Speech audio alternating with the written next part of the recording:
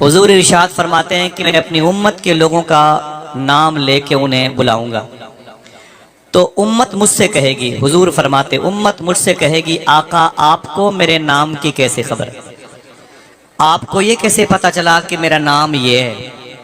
تو حضور ارشاد فرماتے میں کہوں گا اے میری امت، جب تو زندگی میں مجھ پر درود پڑھا کرتی، اے میری امت کے لوگوں جب تم زندگی میں مجھ پر درود پڑھا کرتے تھے نا، تو جب فرشتے تیرا درود لے کر کے میری بارگاہ میں آتے تھے تو درود کے بعد وہ یہ بتاتے تھے کہ آقا اس درود کو فلاں نے پڑھا ہے۔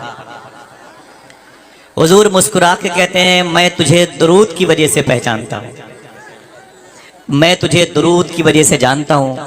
اچھا فرشتوں نے حضور کی بارگاہ میں آپ کا نام بتایا تھا، لیکن جیسے آپ حضور کے سامنے آئے حضور نے آپ کے چہرے سے پہچان لیا، یہی وہ شخص جس نے زندگی میں مجھ پر درود پڑھا۔ پروفیسر واصف علی واصف سے پوچھا گیا درود پڑھنے کی شرط کیا ہے؟ تو واصف علی واصف فرماتے ہیں کہ درود پڑھنے کی ایک ہی شرط ہے۔ بولے وہ کیا؟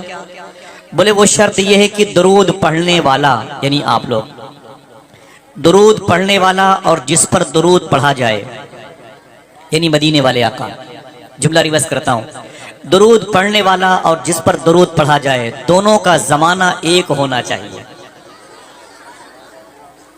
سمجھ رہے ہیں درود کسے پڑھنا چاہیے؟ سلام آپ دیواروں در سے نہیں کرتے، اپنی بلٹ گاڑی سے سلام نہیں کرتے، اپنی کار سے سلام، جہاں جواب ملنے کی امید ہوتی ہے وہیں سلام کرتے ہیں۔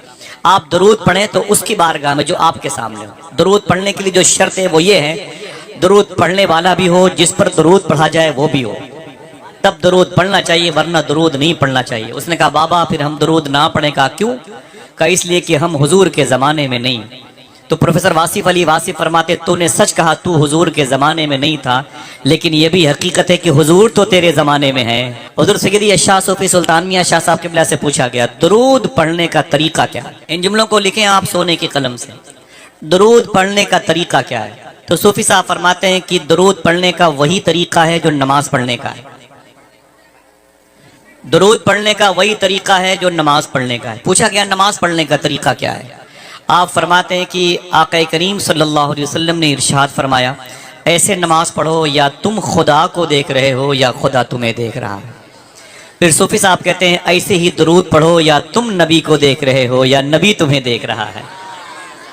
اسے حضوری کا طریقہ کہتے ہیں۔ یہ آپ کو حاضر باش کر دے گا۔ آپ کے شہر سے امر ڈوبھا، یہ بستی، یہ خلیل آباد، یہ گورکھپور، یہ فیض آباد، یہ ایودھیا، یہ سلطانپور، یہ پرتاپ گڑھ، یہ بنارس، یہ جون پور شیراز ہند، یہ لکھنؤ اور کانپور کی جو زمین ہے، بیلٹ ہے، پورا سرکل ہے، اس زمین پر درود پڑھو گے تو پھر یہ زمین سے جو مدینہ پاک کا تقریباً 3000 کلومیٹر کا فاصلہ ہے، ڈسٹینس ہے، یہ ختم ہو جائے گا۔ درود فاصلے ختم کرتا ہے، درود دوریاں ختم کرتا ہے، درود آپ کو حضور کی بارگاہ میں حاضر باش کرتا ہے۔